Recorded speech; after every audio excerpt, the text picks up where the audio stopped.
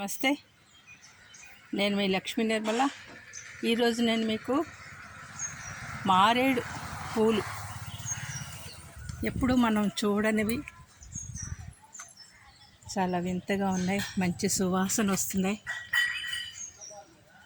మారేడు పూలు, మారేడు వృక్షం తెలుసు, మారేడు ఆకులు మనం పూజకు ఉపయోగిస్తాం, శివుడికి. మారేడు ఫలం అవ్వండి. మారేడు జ్యూస్ కూడా తాగుతూ ఉంటారు చాలామంది, ఆరోగ్యానికి మంచిదని.